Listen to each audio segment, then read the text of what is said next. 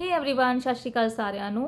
ਹੁਣ ਤੱਕ ਅਸੀਂ 6 ਇੰਪੋਰਟੈਂਟ ਰਾਈਟਰਸ ਆਲਰੇਡੀ ਕਵਰ ਕਰ ਚੁੱਕੇ ਹਾਂ ਤੇ ਹੁਣ ਆਉਂਦੇ ਹਾਂ ਆਪਾਂ ਲੈਜੈਂਡਰੀ ਪਰਸਨੈਲਿਟੀਜ਼ ਤੇ, ਜਿਨ੍ਹਾਂ ਦੇ ਬਿਨਾ ਇੰਡੀਅਨ ਇੰਗਲਿਸ਼ ਲਿਟਰੇਚਰ ਦੀ ਸਟੱਡੀ ਕੰਪਲੀਟ ਹੀ ਨਹੀਂ ਹੁੰਦੀ। And those are Rabindranath Tagore and Sarojini Naidu. ਸਭ ਤੋਂ ਪਹਿਲਾਂ ਆਪਾਂ ਗੱਲ ਕਰਾਂਗੇ ਰਵਿੰਦਰਨਾਥ ਟੈਗੋਰ ਦੀ। ਬਰਥ ਹੋਇਆ ਉਹਨਾਂ ਦਾ 7 ਮਈ 1861 ਦੇ ਵਿੱਚ ਤੇ ਡੈਥ ਹੋਈ 7 ਅਗਸਤ 1941 ਕੋਲਕਾਤਾ ਪਲੇਸ ਸੀ। ਟੈਗੋਰ ਸਿਰਫ ਇੱਕ ਪੋਇਟ ਨਹੀਂ ਸੀ, ਉਹ ਇੱਕ novelist, playwright, ਐਸਿਸਟ, philosopher, painter, composer ਤੇ ਐਜੂਕੇਸ਼ਨਿਸਟ ਵੀ ਸੀ। ਇਸ ਕਰਕੇ ਉਹਨਾਂ ਨੂੰ ਇੰਡੀਅਨ ਰਿਨਾਇਸਾਂ ਦਾ ਇੱਕ ਮੇਜਰ ਫਿਗਰ ਮੰਨਿਆ ਜਾਂਦਾ ਹੈ। ਉਹਨਾਂ ਨੂੰ ਪਿਆਰ ਨਾਲ ਗੁਰੂਦੇਵ ਕਹਿ ਕੇ ਵੀ ਬੁਲਾਇਆ ਜਾਂਦਾ ਸੀ। ਇੱਕ ਹੋਰ ਇੰਪੋਰਟੈਂਟ ਐਗਜ਼ਾਮ ਫੈਕਟ ਜਿਹੜਾ ਯਾਦ ਰੱਖਣ ਵਾਲਾ ਹੈ ਕਿ ਟੈਗੋਰ ਦੇ ਫਾਦਰ ਦਾ ਨਾਮ ਦੇਵੇਂਦਰਨਾਥ ਟੈਗੋਰ ਸੀ ਤੇ ਉਹ ਬ੍ਰਹਮੋ ਸਮਾਜ ਦੇ ਪ੍ਰੋਮੀਨੈਂਟ ਲੀਡਰ ਸਨ। ਫੈਮਿਲੀ ਬੈਕਗਰਾਊਂਡ ਤੋਂ ਵੀ PPSC ਵਗੈਰਾ ਦੇ ਵਿੱਚ ਫੈਕਚੁਅਲ ਕੁਐਸਚਨਸ ਕਈ ਵਾਰੀ ਆ ਜਾਂਦੇ ਹੁੰਦੇ ਹੈ, ਇਸ ਕਰਕੇ ਆਪਾਂ ਨਾਲ ਉਹ ਵੀ ਡਿਸਕਸ ਕਰਾਂਗੇ। ਹੋਰ ਇੰਪੋਰਟੈਂਟ ਜਿਹੜਾ ਖਾਸ ਫੈਕਟ ਹੈ ਉਹ ਕੀ ਹੈ ਕਿ 1913 ਦੇ ਵਿੱਚ ਰਵਿੰਦਰਨਾਥ ਟੈਗੋਰ ਨੂੰ ਲਿਟਰੇਚਰ ਦਾ ਨੋਬਲ ਪ੍ਰਾਈਜ਼ ਮਿਲਿਆ ਗੀਤਾਂਜਲੀ ਦੇ ਲਈ। ਉਹ ਲਿਟਰੇਚਰ ਦਾ ਨੋਬਲ ਪ੍ਰਾਈਜ਼ ਜਿੱਤਣ ਵਾਲੇ ਪਹਿਲੇ ਏਸ਼ੀਅਨ ਤੇ ਪਹਿਲੇ ਹੀ ਨਾਨ ਯੂਰੋਪੀਅਨ ਰਾਈਟਰ ਸਨ। ਇਹ ਫੈਕਟ ਵੀ ਕਾਫੀ ਇੰਪੋਰਟੈਂਟ ਹੈ ਆਪਣੇ ਐਗਜ਼ਾਮ ਦੇ ਪੁਆਇੰਟ ਆਫ ਵਿਊ ਤੋਂ। ਗੀਤਾਂਜਲੀ ਓਰੀਜਨਲੀ 1910 ਦੇ ਵਿੱਚ ਬੰਗਾਲੀ ਵਿੱਚ ਪਬਲਿਸ਼ ਹੋਈ ਤੇ ਬਾਅਦ ਵਿੱਚ 1912 ਦੇ ਵਿੱਚ ਟੈਗੋਰ ਨੇ ਖੁਦ ਇਸ ਦਾ ਇੰਗਲਿਸ਼ ਟਰਾਂਸਲੇਸ਼ਨ ਕੀਤਾ ਤੇ ਇਸ ਇੰਗਲਿਸ਼ ਐਡੀਸ਼ਨ ਦੀ introduction famous Irish poet WB Yeats ਨੇ ਲਿਖੀ। ਇਹ ਕੁਐਸਚਨ PPSC ਵਿੱਚ ਕਾਫੀ ਵਾਰੀ ਪੁੱਛਿਆ ਆਲਰੇਡੀ ਜਾ ਚੁੱਕਿਆ, ਇੰਪੋਰਟੈਂਟ ਕੁਐਸਚਨਸ ਹੈ। ਹੁਣ ਉਹਨਾਂ ਦੀਆਂ ਕੁਝ ਆਪਾਂ ਇੰਪੋਰਟੈਂਟ ਵਰਕਸ ਦੇ ਬਾਰੇ ਗੱਲ ਕਰਦੇ ਹਾਂ। ਫਰਸਟ ਹੈ ਗੌਰਾ, ਜੋ ਕਿ ਇੱਕ ਨਾਵਲ ਹੈ। The home and the world again ਇੱਕ ਨਾਵਲ ਹੈ। Chokher Bali novel. The post office, ਇਹ ਇੱਕ ਪਲੇ ਹੈ। Chitra again a play. The gardener poetry ਹੈ। ਸਟ੍ਰੇ ਬਰਡਸ ਪੋਇਟਰੀ ਹੈ। ਸਾਧਨਾ ਐਸੇਜ਼ ਹੈ। ਨੈਸ਼ਨਲਿਜ਼ਮ ਐਸੇਜ਼ ਤੇ ਲੈਕਚਰਸ ਹੈ ਕੁਝ ਫੇਮਸ। ਤੇ ਹੋਰ ਅਗਰ ਆਪਾਂ ਫੇਮਸ ਹੋਰ ਵਰਕਸ ਦੀ ਗੱਲ ਕਰਦੇ ਹਾਂ, ਕਾਬੁਲੀ ਵਾਲਾ ਸ਼ਾਰਟ ਸਟੋਰੀ ਹੈ। ਚੰਡਾਲਿਕਾ ਡਾਂਸ ਡਰਾਮਾ ਹੈ ਇੱਕ। ਸ਼ਿਆਮਾ ਅਗੇਨ ਇੱਕ ਡਾਂਸ ਡਰਾਮਾ ਹੈ ਤੇ ਉਹਨਾਂ ਦੀ ਇੱਕ ਬਹੁਤ ਹੀ ਫੇਮਸ ਪੋਇਮ ਜੋ ਸਭ ਦੇ ਲਈ ਮੋਟੀਵੇਸ਼ਨ ਹੈ, where the mind is without fear, ਵੀ ਐਗਜ਼ਾਮ ਪੁਆਇੰਟ ਆਫ ਵਿਊ ਤੋਂ ਕਾਫੀ ਇੰਪੋਰਟੈਂਟ ਹੈ। ਟੈਗੋਰ ਸਿਰਫ ਰਾਈਟਰ ਹੀ ਨਹੀਂ ਸੀ, ਇੱਕ ਵਿਜ਼ਨਰੀ ਐਜੂਕੇਸ਼ਨਿਸਟ ਵੀ ਸੀ। 1901 ਦੇ ਵਿੱਚ ਉਹਨਾਂ ਨੇ ਸ਼ਾਂਤੀ ਨਿਕੇਤਨ ਸਕੂਲ ਦੀ ਸਥਾਪਨਾ ਕੀਤੀ, ਜਿੱਥੇ ਐਜੂਕੇਸ਼ਨ ਨੂੰ ਨੇਚਰ ਤੇ ਕ੍ਰੀਏਟੀਵਿਟੀ ਤੇ ਇੰਡੀਅਨ ਕਲਚਰ ਦੇ ਨਾਲ ਜੋੜ ਕੇ ਦੇਖਿਆ ਗਿਆ। ਬਾਅਦ ਵਿੱਚ 1921 ਦੇ ਵਿੱਚ ਇਹ ਵਿਸ਼ਵਾ ਭਾਰਤੀ ਯੂਨੀਵਰਸਿਟੀ ਬਣੀ। ਇੱਕ ਹੋਰ ਇੰਪੋਰਟੈਂਟ ਫੈਕਟ ਜਿਹੜਾ ਯਾਦ ਰੱਖਣ ਵਾਲਾ ਹੈ ਕਿ 1951 ਦੇ ਵਿੱਚ ਵਿਸ਼ਵਾ ਭਾਰਤੀ ਨੂੰ ਸੈਂਟਰਲ ਯੂਨੀਵਰਸਿਟੀ ਦਾ ਸਟੇਟਸ ਮਿਲਿਆ। ਟੈਗੋਰ ਨੇ ਸ਼੍ਰੀ ਨਿਕੇਤਨ ਵੀ ਸਥਾਪਿਤ ਕੀਤਾ, ਜਿਹੜਾ ਰੂਰਲ ਰੀਕਨਸਟਰਕਸ਼ਨ ਤੇ ਵਿਲੇਜ ਡਿਵੈਲਪਮੈਂਟ ਦੇ ਲਈ ਡੈਡੀਕੇਟਿਡ ਸੀ। ਮਿਊਜ਼ਿਕ ਦੇ ਫੀਲਡ ਦੇ ਵਿੱਚ ਵੀ ਉਹ ਇੱਕ ਲੈਜੈਂਡ ਸਨ। ਉਹਨਾਂ ਨੇ 2000 ਤੋਂ ਵੱਧ ਗਾਣੇ ਲਿਖੇ, ਕੰਪੋਜ਼ ਕੀਤੇ, ਜਿਨ੍ਹਾਂ ਨੂੰ ਰਵਿੰਦਰਾ ਸੰਗੀਤ ਵੀ ਕਿਹਾ ਜਾਂਦਾ ਹੈ। ਇਟ ਮੀਨਸ ਉਹ ਮਿਊਜ਼ਿਕ ਦੇ ਫੀਲਡ ਦੇ ਵਿੱਚ ਵੀ ਇੱਕ ਬਹੁਤ ਹੀ ਗ੍ਰੇਟ ਪਰਸਨੈਲਿਟੀ ਸਨ। ਹੁਣ ਇੱਕ ਆਪਾਂ ਬਹੁਤ ਹੀ ਇੰਪੋਰਟੈਂਟ ਐਗਜ਼ਾਮ ਪੁਆਇੰਟ ਦੀ ਗੱਲ ਕਰਦੇ ਹਾਂ। ਟੈਗੋਰ ਨੇ ਸਿਰਫ ਇੰਡੀਆ ਦਾ ਹੀ ਨਹੀਂ, ਬੰਗਲਾਦੇਸ਼ ਦਾ ਨੈਸ਼ਨਲ ਐਂਥਮ ਵੀ ਲਿਖਿਆ। ਇੰਡੀਆ ਦਾ ਜਨ ਗਣ ਮਨ ਜਿਹੜਾ ਆਪਾਂ ਜਾਣਦੇ ਹਾਂ, ਬੰਗਲਾਦੇਸ਼ ਦਾ ਨੈਸ਼ਨਲ ਐਂਥਮ ਹੈ ਅਮਾਰ ਸੋਨਾਰ ਬਾਂਗਲਾ। ਬੋਨਸ ਫੈਕਟ ਵਿੱਚ ਅਗਰ ਆਪਾਂ ਐਡਵਾਂਸ ਪੁਆਇੰਟ ਦੀ ਗੱਲ ਕਰੀਏ ਤਾਂ ਸ਼੍ਰੀਲੰਕਾ ਦਾ ਜਿਹੜਾ ਨੈਸ਼ਨਲ ਐਂਥਮ ਜੋ ਕਿ ਆਨੰਦਾ ਸਮਰਾਕੂਨ ਨੇ ਕੰਪੋਜ਼ ਕੀਤਾ ਸੀ, ਉਹ ਟੈਗੋਰ ਦੇ ਸਟੂਡੈਂਟ ਸੀ ਤੇ ਉਹਨਾਂ ਦੀ ਇਸ ਕੰਪੋਜੀਸ਼ਨ ਦੇ ਵਿੱਚ ਟੈਗੋਰ ਦਾ ਕਾਫੀ ਡਾਇਰੈਕਟ ਇਨਫਲੂਐਂਸ ਮੰਨਿਆ ਜਾਂਦਾ ਹੈ। ਅਗਰ ਇੱਕ ਹੋਰ ਇੰਪੋਰਟੈਂਟ ਫੈਕਟ ਤੁਹਾਨੂੰ ਮੈਂ ਦੱਸਾਂ, 1919 ਦੇ ਜਲਿਆਂਵਾਲਾ ਬਾਗ ਮੈਸੇਕਰ ਤੋਂ ਬਾਅਦ ਟੈਗੋਰ ਨੇ ਬ੍ਰਿਟਿਸ਼ ਗਵਰਨਮੈਂਟ ਵੱਲੋਂ ਦਿੱਤਾ ਹੋਇਆ ਨਾਈਟਹੁੱਡ ਵਾਪਸ ਕਰ ਦਿੱਤਾ ਸੀ ਪ੍ਰੋਟੈਸਟ ਦੇ ਰੂਪ ਵਿੱਚ। ਇਸ ਗੱਲ ਨੂੰ ਯਾਦ ਰੱਖਣਾ ਹੈ ਕਿ ਨਾਈਟਹੁੱਡ ਉਹਨਾਂ ਨੇ ਪਹਿਲਾਂ ਐਕਸੈਪਟ ਕੀਤਾ ਸੀ, ਬਾਅਦ ਵਿੱਚ ਉਹਨਾਂ ਨੇ ਪ੍ਰੋਟੈਸਟ ਵਿੱਚ ਇਸ ਨੂੰ ਰਿਟਰਨ ਕੀਤਾ, ਪਰ ਉਹਨਾਂ ਨੇ ਰਿਫਿਊਜ਼ ਨਹੀਂ ਸੀ ਕੀਤਾ, ਰਿਸੀਵ ਹੋਇਆ ਸੀਗਾ। ਬੇਸਿਕ ਅਗਰ ਆਪਾਂ ਇੱਕ ਛੋਟੀ ਜਿਹੀ ਮੈਮਰੀ ਟ੍ਰਿਕ ਰੱਖੀਏ ਤਾਂ ਟੈਗੋਰ ਦੇ ਬਾਰੇ ਕੀ ਹੈ, ਨੋਬਲ ਪ੍ਰਾਈਜ਼, ਗੀਤਾਂਜਲੀ, ਟੈਗੋਰ 1913, ਕਾਫੀ ਇੰਪੋਰਟੈਂਟ ਕੁਐਸਚਨ ਹੈ ਇਹ। ਇਸ ਤਰੀਕੇ ਦੇ ਚੇਨਸ ਬਣਾ ਕੇ ਤੁਸੀਂ ਫੈਕਟਸ ਯਾਦ ਰੱਖਣੇ ਆ। ਹੁਣ ਆਪਾਂ ਗੱਲ ਕਰਦੇ ਹਾਂ ਸਰੋਜਨੀ ਨਾਇਡੂ ਦੀ। ਬਰਥ 13 ਫਰਵਰੀ 1879, ਡੈਥ 2 ਮਾਰਚ 1949 ਹੈਦਰਾਬਾਦ ਵਿੱਚ। ਸਰੋਜਨੀ ਜਿਹੜੀ ਨਾਇਡੂ ਹੈ ਉਹਨਾਂ ਨੂੰ ਨਾਈਟਿੰਗੇਲ ਆਫ ਇੰਡੀਆ ਜਾਂ ਭਾਰਤ ਕੋਕਿਲਾ ਵੀ ਕਿਹਾ ਜਾਂਦਾ ਹੈ, ਕਿਉਂਕਿ ਉਹਨਾਂ ਦੀ ਪੋਇਟਰੀ ਬੜੀ ਹੀ ਮਿਊਜ਼ੀਕਲ, ਲਿਰਿਕਲ ਤੇ ਮੈਲੋਡੀਅਸ ਹੈ। ਸਰੋਜਨੀ ਨਾਇਡੂ ਨੇ ਪਹਿਲਾਂ ਕਿੰਗਸ ਕਾਲਜ ਲੰਡਨ ਦੇ ਵਿੱਚ ਪੜ੍ਹਾਈ ਕੀਤੀ ਤੇ ਫਿਰ ਬਾਅਦ ਵਿੱਚ ਉਹਨਾਂ ਨੇ ਗੇਟਨ ਕਾਲਜ ਕੈਂਬਰਿਜ ਦੇ ਵਿੱਚ ਸਟੱਡੀ ਕੀਤੀ। ਇੰਗਲਿਸ਼ ਕ੍ਰਿਟਿਕ ਐਲਮੰਡ ਗੌਸ ਨੇ ਉਹਨਾਂ ਨੂੰ ਐਡਵਾਈਸ ਦਿੱਤੀ ਕਿ ਉਹ ਇੰਗਲਿਸ਼ ਰੋਮਾਂਟਿਕ ਪੋਇਟਸ ਦੀ ਇਮੀਟੇਸ਼ਨ ਕਰਨ ਦੀ ਬਜਾਏ ਇੰਡੀਆ ਦੀ ਲਾਈਫ, ਕਲਚਰ ਤੇ ਟ੍ਰੈਡੀਸ਼ਨ ਦੇ ਉੱਤੇ ਲਿਖਣ। ਇਸ ਐਡਵਾਈਸ ਤੋਂ ਬਾਅਦ ਉਹਨਾਂ ਦੀ ਪੋਇਟਰੀ ਵਿੱਚ ਇੰਡੀਅਨ ਥੀਮਸ ਬਹੁਤ ਜ਼ਿਆਦਾ ਤੇਜ਼ੀ ਨਾਲ ਸਟਰੋਂਗਲੀ ਨਜ਼ਰ ਆਉਣ ਲੱਗ ਪਈਆਂ।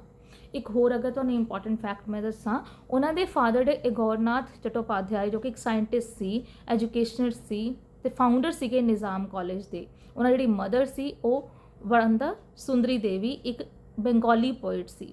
ਸਰੋਜਨੀ ਨਾਇਡੂ ਦੀ ਡਾਟਰ ਜਿਹੜੀ ਪਦਮਜਾ ਨਾਇਡੂ ਬਾਅਦ ਵਿੱਚ ਵੈਸਟ ਬੰਗਾਲ ਦੀ ਗਵਰਨਰ ਵੀ ਬਣੀ। ਸੋ ਕਾਫੀ ਰਿਨਾਊਨ ਪਰਸਨੈਲਿਟੀਜ਼ ਰਹੀਆਂ ਉਹਨਾਂ ਦੀ ਫੈਮਿਲੀ ਦੇ ਵਿੱਚ। ਸਰੋਜਨੀ ਨਾਇਡੂ ਸਿਰਫ ਇੱਕ ਪੋਇਟ ਹੀ ਨਹੀਂ ਸੀ ਬਲਕਿ ਇੱਕ ਫੀਅਰਲੈਸ ਫਰੀडम ਫਾਈਟਰ ਤੇ ਪਾਵਰਫੁਲ ਪੋਲੀਟੀਕਲ ਲੀਡਰ ਵੀ ਰਹੇ।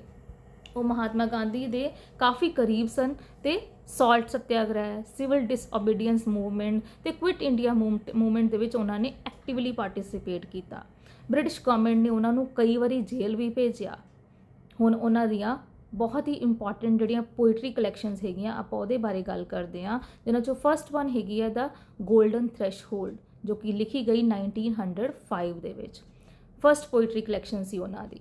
ਦ bird of time, the broken wing, dates ਵੀ ਇਹਨਾਂ ਦੀ ਨਾਲ ਥੋੜੀ ਬਹੁਤ ਯਾਦ ਰੱਖਿਓ ਕਿ bird of time 1912, broken wing 1917 important ਹੈ। ਇਸ ਦੇ ਮੇਨਲੀ ਐਗਜ਼ਾਮ ਦੇ ਲਈ ਦੋ ਪੋਇਮ ਜਿਹੜੀਆਂ ਬਹੁਤ ਜ਼ਿਆਦਾ ਖਾਸ ਹੈ ਉਹ ਕਿਹੜੀਆਂ ਹੈਗੀਆਂ, ਇਨ ਦ ਬਾਜ਼ਾਰਸ ਆਫ ਹੈਦਰਾਬਾਦ। ਇਹ ਪੋਇਮ ਇੰਡੀਅਨ ਬਾਜ਼ਾਰ ਦੀ ਬਿਊਟੀ, ਕਲਰਸ, ਟ੍ਰੈਡੀਸ਼ਨਸ ਤੇ ਇੰਡੀਅਨ ਕਲਚਰ ਨੂੰ ਸੈਲੀਬ੍ਰੇਟ ਕਰਦੀ ਹੈ। ਤੇ ਦੂਸਰੀ ਪੋਇਮ ਜਿਹੜੀ ਬਹੁਤ ਇੰਪੋਰਟੈਂਟ ਹੈ ਉਹ ਹੈ ਦ ਗਿਫਟ ਆਫ ਇੰਡੀਆ। ਇਹ ਕਾਫੀ ਇੰਪੋਰਟੈਂਟ ਪੈਟਰੀਓਟਿਕ ਪੋਇਮ ਹੈ। ਇਸ ਵਿੱਚ ਸਰੋਜਨੀ ਨਾਇਡੂ ਨੇ ਫਸਟ ਵਰਲਡ ਵਾਰ ਵਿੱਚ ਸ਼ਹੀਦ ਹੋਏ ਇੰਡੀਅਨ ਸੋਲਜਰਸ ਨੂੰ ਇਮੋਸ਼ਨਲ ਟ੍ਰਿਬਿਊਟ ਦਿੱਤੀ ਸੀ। ਇਹ ਪੋਇਮ ਵੀ ਕਾਫੀ ਫੇਵਰੇਟ ਕੁਐਸਚਨਸ ਵਿੱਚ ਆਉਂਦੀ ਹੈ ਜਦੋਂ ਲਿਟਰੇਚਰ ਐਗਜ਼ਾਮਸ ਆਪਾਂ ਅਟੈਂਪਟ ਕਰਦੇ ਹਾਂ, ਇਹ ਕੁਐਸਚਨਸ ਦੇਖਦੇ ਹਾਂ ਤਾਂ। ਪੋਲੀਟੀਕਲ ਅਚੀਵਮੈਂਟ ਵੀ ਉਹਨਾਂ ਦੇ ਕਾਫੀ ਇਕੁਅਲੀ ਇੰਪੋਰਟੈਂਟ ਹੈ। 1925 ਦੇ ਵਿੱਚ ਕਾਨਪੁਰ ਸੈਸ਼ਨ ਦੇ ਵਿੱਚ Sarojini Naidu Indian National Congress ਦੀ ਫਸਟ ਇੰਡੀਅਨ ਵੂਮਨ ਪ੍ਰੈਜ਼ੀਡੈਂਟ ਬਣੀ। ਯਾਦ ਰੱਖਣਾ ਹੈ ਕਿ ਐਨੀ ਬੈਸੈਂਟ 1917 ਵਿੱਚ INC ਦੀ ਪ੍ਰੈਜ਼ੀਡੈਂਟ ਬਣ ਚੁੱਕੀ ਸੀ ਪਰ ਉਹ ਇੰਡੀਅਨ ਨਹੀਂ ਸੀ। ਇਸ ਕਰਕੇ ਅਗਰ ਆਪਾਂ first woman president of INC ਦੀ ਗੱਲ ਕਰੀਏ ਤਾਂ ਉਹ ਐਨੀ ਬੈਸੈਂਟ ਹੈ, ਲੇਕਿਨ ਅਗਰ ਆਪਾਂ first Indian woman president of INC ਦੀ ਗੱਲ ਕਰੀਏ ਤਾਂ ਉਹ ਸਰੋਜਨੀ ਨਾਇਡੂ ਹੈ। ਇਹ ਕਾਫੀ ਕਾਮਨ ਕਨਫਿਊਜ਼ਨ ਹੈ, ਦੋਨਾਂ ਵਿੱਚ ਹੋ ਜਾਂਦੀ ਹੈ। ਇੰਡੀਆ ਦੀ ਇੰਡੀਪੈਂਡੈਂਸ ਤੋਂ ਬਾਅਦ 1947 ਤੋਂ ਲੈ ਕੇ 1949 ਤੱਕ ਸਰੋਜਨੀ ਨਾਇਡੂ ਯੂਨਾਈਟਿਡ ਪ੍ਰੋਵਿੰਸਿਸ ਦੀ ਫਸਟ ਵੂਮਨ ਗਵਰਨਰ ਬਣੀ। ਉਹ ਕੀ ਸੀਗਾ, ਹੁਣ ਦਾ ਅੱਜ ਦਾ ਉੱਤਰ ਪ੍ਰਦੇਸ਼ ਦੇ ਵਿੱਚ। ਇਹ ਵੀ ਕਾਫੀ ਇੰਪੋਰਟੈਂਟ ਫੈਕਚੁਅਲ ਕੁਐਸਚਨ ਹੈ। ਜਦੋਂ ਆਪਾਂ ਪਰਸਨਲ ਲਾਈਫ ਦੀ ਡਿਸਕਸ਼ਨ ਕਰਦੇ ਹਾਂ ਉਹਦੇ 'ਤੇ ਕੁਐਸਚਨਸ ਆਉਂਦੇ, ਉਹਦੇ 'ਚ ਇੱਦਾਂ ਦੇ ਹੀ ਆਉਣੇ ਆ ਕਿ ਉਹਨਾਂ ਨੇ ਆਪਣੀ ਪਰਸਨਲ ਲਾਈਫ 'ਚ ਕੀ ਵੱਡਾ ਅਚੀਵ ਕੀਤਾ। Memory trick, Nightingale of India, Sarojini Naidu, the golden threshold 1905, ਇਸ ਤਰੀਕੇ ਨਾਲ ਸੀਰੀਜ਼ ਬਣਾ ਲੈਣੀ ਹੈ। ਹੁਣ ਆਪਾਂ ਇੱਕ ਵਾਰੀ ਪੂਰੀ ਸੀਰੀਜ਼ ਨੂੰ ਜੇ ਆਪਾਂ 8 ਰਾਈਟਰਸ ਕੀਤੇ ਇਹਨਾਂ ਸਾਰਿਆਂ ਨੂੰ ਰਿਵਾਈਜ਼ ਕਰਦੇ ਹਾਂ। ਚੇਂਜ ਯਾਦ ਰੱਖੋਗੇ ਤਾਂ ਫੈਕਚੁਅਲ ਕੁਐਸਚਨ ਅਟੈਂਪਟ ਕਰਨਾ ਹੋਰ ਜ਼ਿਆਦਾ ਈਜ਼ੀ ਹੋ ਜਾਏਗਾ ਕੁਝ ਇਸ ਤਰੀਕੇ ਦੇ ਨਾਲ। RK Narayan, Malgudi, the guide, Sahitya academy award, Raja Rao, Kanthapura, Gandhian movement, metaphysical themes, Mulk Raj Anand, untouchable, Bakha, social realism, Dalit issues, Anita Desai, psychological fiction, clear light of the day, Booker prize, shortlisted 3 times, ਮਿਲਿਆ ਨਹੀਂ ਸੀ, ਯਾਦ ਰੱਖਿਓ। Khushwant Singh, train to Pakistan, Mano Majra, partition literature mainly, Arundhati Roy, the god of small things, Booker prize 1997, first Indian woman to win the Booker prize, Rabindranath Tagore, Gitanjali, Nobel prize 1913, first Asian and first non European Nobel laureate in literature, Sarojini Naidu, the golden threshold, Nightingale of India, first Indian woman president of the Indian National Congress। ਚਲੋ ਹੁਣ ਆਪਾਂ ਥੋੜੀ ਜਿਹੀ practice ਕਰਦੇ ਹਾਂ MCQs ਦੇ ਨਾਲ, ਥੋੜੇ ਬਹੁਤ ਕੁਐਸਚਨਸ ਆਪਾਂ ਡਿਸਕਸ ਕਰਦੇ ਹਾਂ। ਹਰ ਆਨਸਰ ਨੂੰ ਬੋਲਣ ਤੋਂ ਪਹਿਲਾਂ, ਮੇਰੇ ਬੋਲਣ ਤੋਂ ਪਹਿਲਾਂ ਇੱਕ ਵਾਰੀ ਤੁਸੀਂ ਖੁਦ ਜ਼ਰੂਰ ਟਰਾਈ ਕਰ ਲੈਣਾ। So let's see the first question, Malgudi fiction town ਕਿਸ ਰਾਈਟਰ ਦੀ ਰਚਨਾ ਹੈ? ਮਾਲਗੁੜੀ ਫਿਕਸ਼ਨ ਟਾਊਨ ਕਿਸ ਰਾਈਟਰ ਦੀ ਰਚਨਾ ਹੈ? The answer is RK Narayan. Kanthapura novel ਕਿਸ ਮੂਵਮੈਂਟ ਉੱਤੇ ਬੇਸਡ ਹੈ? ਕਾਂਥਾਪੁਰਾ ਨਾਵਲ ਕਿਸ ਮੂਵਮੈਂਟ ਉੱਤੇ ਬੇਸਡ ਹੈ? The answer is Gandhian movement। Third question, untouchable novel ਦਾ ਪ੍ਰੋਟੈਗੋਨਿਸਟ ਕੌਣ ਹੈ? ਅਨਟਚੇਬਲ ਨੋਵਲ ਦਾ ਪ੍ਰੋਟੈਗੋਨਿਸਟ ਕੌਣ ਹੈ? The answer is Bakha. Anita Desai ਕਿਸ ਜੌਨਰ ਦੇ ਲਈ ਫੇਮਸ ਹੈ? ਅਨੀਤਾ ਦੇਸਾਈ ਕਿਸ ਜੌਨਰ ਦੇ ਲਈ ਫੇਮਸ ਹੈ? ਹਿਸਟੋਰੀਕਲ ਫਿਕਸ਼ਨ ਜਾਂ ਸਾਈਕੋਲੋਜੀਕਲ, ਕਿਹਦੇ ਵਿੱਚ? Psychological fiction. Train to Pakistan ਕਿਹੜੇ ਫਿਕਸ਼ਨਲ ਵਿਲੇਜ ਉੱਤੇ ਬੇਸਡ ਹੈ? ਟ੍ਰੇਨ ਟੂ ਪਾਕਿਸਤਾਨ ਕਿਹੜੇ ਫਿਕਸ਼ਨਲ ਵਿਲੇਜ ਉੱਤੇ ਬੇਸਡ ਹੈ? The answer is Mano Majra. Arundhati Roy ਨੇ ਬੁਕਰ ਪ੍ਰਾਈਜ਼ ਕਿਹੜੇ ਸਾਲ ਵਿੱਚ ਜਿੱਤਿਆ? ਅਰੁੰਧਤੀ ਰਾਏ ਨੇ ਬੁਕਰ ਪ੍ਰਾਈਜ਼ ਕਿਹੜੇ ਸਾਲ ਵਿੱਚ ਜਿੱਤਿਆ? The answer is 1997। ਗੀਤਾਂਜਲੀ ਦੀ ਇੰਗਲਿਸ਼ ਐਡੀਸ਼ਨ ਦੀ ਇੰਟਰੋਡਕਸ਼ਨ ਕਿਸਨੇ ਲਿਖੀ ਸੀ? Important question. ਗੀਤਾਂਜਲੀ ਦੀ ਇੰਗਲਿਸ਼ ਐਡੀਸ਼ਨ ਦੀ ਇੰਟਰੋਡਕਸ਼ਨ ਕਿਸਨੇ ਲਿਖੀ ਸੀ? W.B. ਯੇਟਸ ਨੇ। ਸਰੋਜਨੀ ਨਾਇਡੂ ਦੀ ਫਸਟ ਪੋਇਟਰੀ ਕਲੈਕਸ਼ਨ ਕਿਹੜੀ ਸੀ? First poetry collection. The answer is the golden threshold, the most important one. Indian National Congress ਦੀ ਫਸਟ ਵੂਮਨ ਪ੍ਰੈਜ਼ੀਡੈਂਟ ਕੌਣ ਬਣੀ? Regardless of nationality. Indian National Congress ਦੀ ਫਸਟ ਵੂਮਨ ਪ੍ਰੈਜ਼ੀਡੈਂਟ ਕੌਣ ਬਣੀ? Regardless of nationality, ਐਨੀ ਬਸੈਂਟ। ਰਵਿੰਦਰਨਾਥ ਟੈਗੋਰ ਨੇ ਆਪਣਾ knighthood ਕਿਹੜੇ ਸਾਲ ਵਾਪਸ ਕੀਤਾ? ਰਵਿੰਦਰਨਾਥ ਟੈਗੋਰ ਨੇ ਆਪਣਾ ਨਾਈਟਹੁੱਡ ਕਿਹੜੇ ਸਾਲ ਵਾਪਸ ਕੀਤਾ? 1919 ਦੇ ਵਿੱਚ, ਜਲਿਆਂਵਾਲਾ ਬਾਗ ਮਸਕਰ ਤੋਂ ਬਾਅਦ। ਦ ਗਿਫਟ ਆਫ ਇੰਡੀਆ ਪੋਇਮ ਕਿਸਨੇ ਲਿਖੀ? ਦ ਗਿਫਟ ਆਫ ਇੰਡੀਆ ਪੋਇਮ ਕਿਸਨੇ ਲਿਖੀ? ਸਰੋਜਨੀ ਨਾਇਡੂ ਨੇ ਲਿਖੀ। ਹੁਣ ਆਪਾਂ ਦੇਖਦੇ ਹਾਂ ਉਹ ਕੁਐਸਚਨ ਜਿਹੜੇ ਜ਼ਿਆਦਾਤਰ ਆਪਾਂ ਨੂੰ ਕਨਫਿਊਜ਼ ਕਰਦੇ ਹੈ। ਕਾਫੀ ਸਾਰੇ ਫੈਕਟਸ ਹੈ ਜੋ ਆਪਸ 'ਚ ਮਿਕਸ ਹੁੰਦੇ ਨੇ, ਕੁਛ ਆਪਾਂ 5-7 ਆਪਾਂ ਚਾਰ ਪੰਜ ਡਿਸਕਸ ਕਰਾਂਗੇ ਕਲੈਰਿਟੀ ਦੇ ਲਈ। First woman president of INC versus first Indian woman president of INC।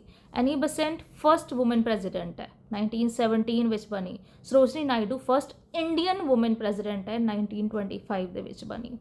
Tagore ਦਾ ਨੋਬਲ ਪ੍ਰਾਈਜ਼ ਤੇ ਮੋਸਟ ਸਟੱਡੀਡ ਨੋਵਲ ਅਲੱਗ-ਅਲੱਗ ਹੈ।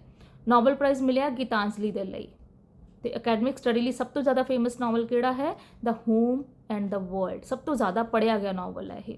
India's national anthem versus Bangladesh national anthem, ਦੋਵੇਂ ਕਿਸਨੇ ਲਿਖੇ? ਦੋਵੇਂ ਹੀ ਰਵਿੰਦਰਨਾਥ ਟੈਗੋਰ ਨੇ ਲਿਖੇ। ਇੰਡੀਆ ਦੀ ਜਨਗਣ ਮਨ ਤੇ ਬੰਗਲਾਦੇਸ਼ ਦੀ Amar Shonar Bangla. Golden threshold versus broken wing ਕਿਹੜੀ ਪਹਿਲਾਂ ਪਬਲਿਸ਼ ਹੋਈ? ਕਿਹੜੀ ਪਹਿਲਾਂ ਪਬਲਿਸ਼ ਹੋਈ? ਦ ਗੋਲਡਨ ਥ੍ਰੈਸ਼ਹੋਲਡ 1905 ਦੇ ਵਿੱਚ ਹੋਈ। ਦ ਬ੍ਰੋਕਨ ਵਿੰਗ 1917 ਦੇ ਵਿੱਚ। ਸਰੋਜਨੀ ਨਾਇਡੂ ਗਵਰਨਰ ਕਿਸ ਸਟੇਟ ਦੀ ਬਣੀ ਸੀ? ਸਟੂਡੈਂਟਸ ਅਕਸਰ ਪੰਜਾਬ ਜਾਂ ਬੰਗਾਲ ਤੁੱਕਾ ਮਾਰ ਦਿੰਦੇ ਆ, ਲੇਕਿਨ ਐਕਚੁਅਲੀ ਉਹ ਕੀ ਸੀ? ਯੂਨਾਈਟਿਡ ਪ੍ਰੋਵਿੰਸਿਸ ਸੀ, ਉੱਤਰ ਪ੍ਰਦੇਸ਼ ਅੱਜ ਦਾ। ਟੈਗੋਰ ਦਾ ਨਾਈਟਹੁੱਡ ਕੀ ਉਹਨਾਂ ਨੇ ਰਿਫਿਊਜ਼ ਕੀਤਾ ਸੀ? ਨਹੀਂ, ਉਹਨਾਂ ਨੇ ਰਿਫਿਊਜ਼ ਨਹੀਂ ਕੀਤਾ। ਪਹਿਲਾਂ ਉਹਨਾਂ ਨੇ ਐਕਸੈਪਟ ਕੀਤਾ ਤੇ 1919 ਵਿੱਚ ਜਲਿਆਂਵਾਲਾ ਬਾਗ ਮੈਸੇਕਰ ਤੋਂ ਬਾਅਦ ਪ੍ਰੋਟੈਸਟ ਵਿੱਚ ਉਹਨਾਂ ਨੇ ਉਸ ਨੂੰ ਰਿਟਰਨ ਕਰ ਦਿੱਤਾ।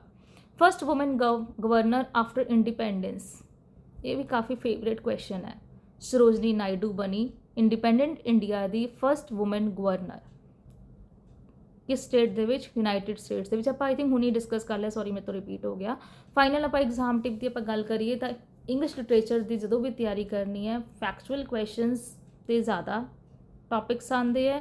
ਕਿਹੜੇ ਟੌਪਿਕਸ ਜ਼ਿਆਦਾ ਆਪਾਂ ਚੰਗੀ ਤਰ੍ਹਾਂ ਕਵਰ ਕਰਨੇ ਹੈ? ਆਥਰਸ, ਉਹਨਾਂ ਦੇ works, awards, years, literary movements, nicknames, famous characters, important institutions. ਜੇ ਤੁਸੀਂ ਹਰ ਇੱਕ ਰਾਈਟਰ ਦੇ ਲਈ ਸਿਰਫ 6 ਜਾਂ 7 ਪੁਆਇੰਟ ਵੀ ਯਾਦ ਕਰ ਲੈਂਦੇ ਹੋ ਤਾਂ ਵੀ ਇੰਡੀਅਨ ਇੰਗਲਿਸ਼ ਰਾਈਟਰਸ ਵਾਲਾ ਸੈਕਸ਼ਨ ਕਾਫੀ ਕੌਨਫੀਡੈਂਟਲੀ ਅਟੈਂਪਟ ਹੋ ਜਾਂਦਾ ਹੈ। ਤੇ ਅੱਜ ਇਸ ਤਰੀਕੇ ਦੇ ਨਾਲ ਜੇ ਤੁਸੀਂ ਇਹ ਪੂਰੀ ਸੀਰੀਜ਼ 3 ਪਾਰਟਸ ਜਿਹੜੇ ਆਪਾਂ ਕੀਤੇ ਹੈਗੇ ਆ, ਆਪਾਂ ਤੀਸਰੀ ਵੀਡੀਓ ਬਣਾ ਰਹੇ ਹਾਂ ਅੱਜ, ਇਹ ਅਗਰ ਕੰਪਲੀਟਲੀ ਰਿਵਾਈਜ਼ ਕਰ ਲੈਂਦੇ ਹੋ ਤਾਂ I think Indian English writer ਦਾ ਟੌਪਿਕ ਕਾਫੀ ਹੱਦ ਤੱਕ ਇਨਕੰਪਲੀਟ ਹੋ ਜਾਏਗਾ। ਥੋੜ੍ਹਾ ਬਹੁਤ ਤੁਹਾਨੂੰ ਥੀਮਸ ਔਰ ਉਸਦੀ ਸਮਰੀਜ਼ ਵਗੈਰਾ, ਸਟੋਰੀ ਵਗੈਰਾ ਦੇ ਅੰਦਾਜ਼ੇ ਲਈ ਧਿਆਨ ਦੇਣਾ ਪਏਗਾ। ਉਹ ਵੀ ਆਪਾਂ ਡਿਸਕਸ ਕਰਾਂਗੇ MCQs ਦੇ ਨਾਲ। ਜੇ ਵੀਡੀਓ ਹੈਲਪਫੁਲ ਲੱਗੀ ਤਾਂ ਲਾਈਕ ਜ਼ਰੂਰ ਕਰੋ ਤੇ ਬਾਕੀਆਂ ਨਾਲ ਵੀ ਸ਼ੇਅਰ ਕਰੋ ਜੋ ਤਿਆਰੀ ਕਰ ਰਹੇ ਨੇ ਐਗਜ਼ਾਮ ਦੇ ਲਈ। ਤੇ ਇਸ ਚੈਨਲ ਇੰਗਲਿਸ਼ ਕਨੈਕਸ਼ਨ ਵਿਦ ਗੀਤ ਨੂੰ ਸਬਸਕ੍ਰਾਈਬ ਕਰਨਾ ਬਿਲਕੁਲ ਨਾ ਭੁੱਲਿਓ। ਅਗਲੀ ਵੀਡੀਓ ਦੇ ਵਿੱਚ ਆਪਾਂ ਐਲਿਜ਼ਾਬੈਥਨ ਏਜ ਨੂੰ ਕੰਪਲੀਟ ਐਗਜ਼ਾਮ ਓਰੀਐਂਟਡ ਸਟਾਈਲ ਦੇ ਵਿੱਚ ਕਵਰ ਕਰਾਂਗੇ, ਜਿੱਥੇ important writers, works, literary features, ਜੋ ਕੁਝ ਵੀ ਐਕਸਪੈਕਟਡ ਹੁੰਦਾ ਇੱਕ ਲਿਟਰੇਰੀ ਐਗਜ਼ਾਮ ਦੇ ਵਿੱਚ ਇੰਗਲਿਸ਼ ਵਿੱਚ ਖਾਸ ਤੌਰ ਤੇ, ਉਹਨਾਂ ਸਾਰੀ ਚੀਜ਼ਾਂ ਨੂੰ ਆਪਾਂ ਡਿਸਕਸ ਕਰਾਂਗੇ। Until then happy learning, all the very best for your preparation. ਜਲਦੀ ਹੀ ਮਿਲਦੇ ਆ ਨੈਕਸਟ ਵੀਡੀਓ ਦੇ ਵਿੱਚ। Thank you for watching.